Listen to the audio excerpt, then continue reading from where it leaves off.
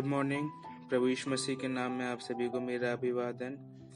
आज हम सब लोग प्रभु में आनंदित हैं क्योंकि परमेश्वर का अनुग्रह हम सब मनुष्यों पर प्रकट हुआ है। हमारे उद्धार के लिए परमेश्वर ने अपने आप को हमारे ऊपर प्रकट किया हुआ है, लेकिन यह अनुग्रह हमें कुछ बातों को सिखाता है, समझाता है कि हमें किस प्रकार से अपना जीवन व्यतीत करने की आवश्यकता है। तो इन सब बातों की और जानने के लिए, समझने के लिए हम सब लोग निकालेंगे तीतुस की पत्री अध्याय 2 वचन 11 से 14।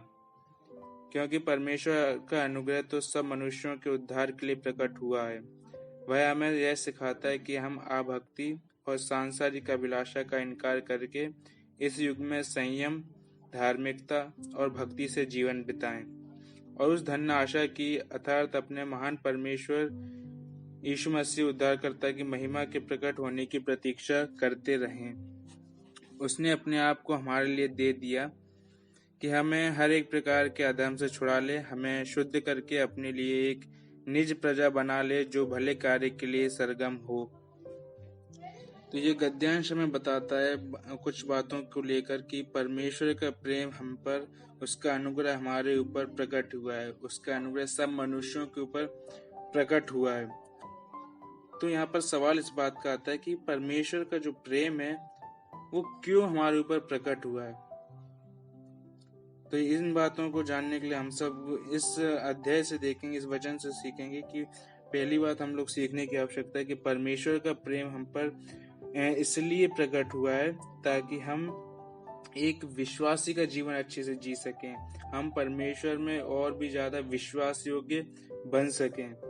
हम देख सकते हैं इस संसार में लोग विश्वास योग्य नहीं है, वो कई प्रकार से गिर जाते हैं, लेकिन हमें आवश्यकता है कि परमेश्वर में हमें और भी ज्यादा विश्वास योग्य होने की आवश्यकता है।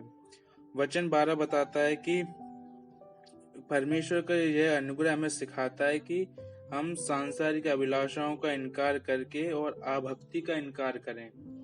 ये संसार हमें कई प्रकार से, जब हम समस्याओं में देखते हैं, हमारे चारों ओर कोविड-19 आता है तो कई लोग हमें नास्तिकता की ओर लेके जाते हैं, बोलते हैं कि यहाँ पर ईश्वर है ही नहीं। अगर ईश्वर होता तो हमें इन सब चीजों को फेस नहीं करना पड़ता, इन सब चीजों का हमें सामना नहीं करना पड़ता और हम आराम से जी सकते थे।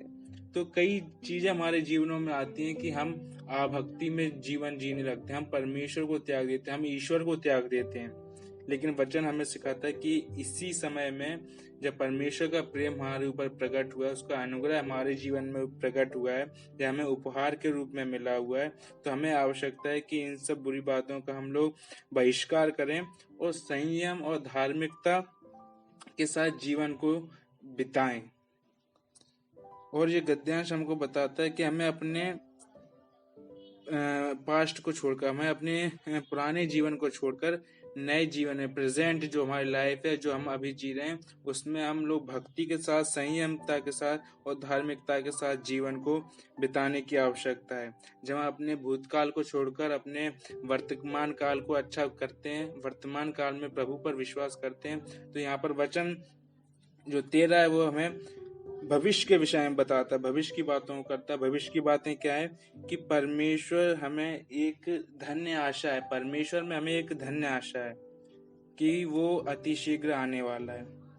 वो आने वाले समय में अपने आप को हमारे ऊपर जो प्रकट करने वाला है, एक विशेष रूप से प्रकट करने वाला है, वो जब अपनी पूरी सामर्थ्य में हमारे सामने प्रकट होगा आने वाले समय में।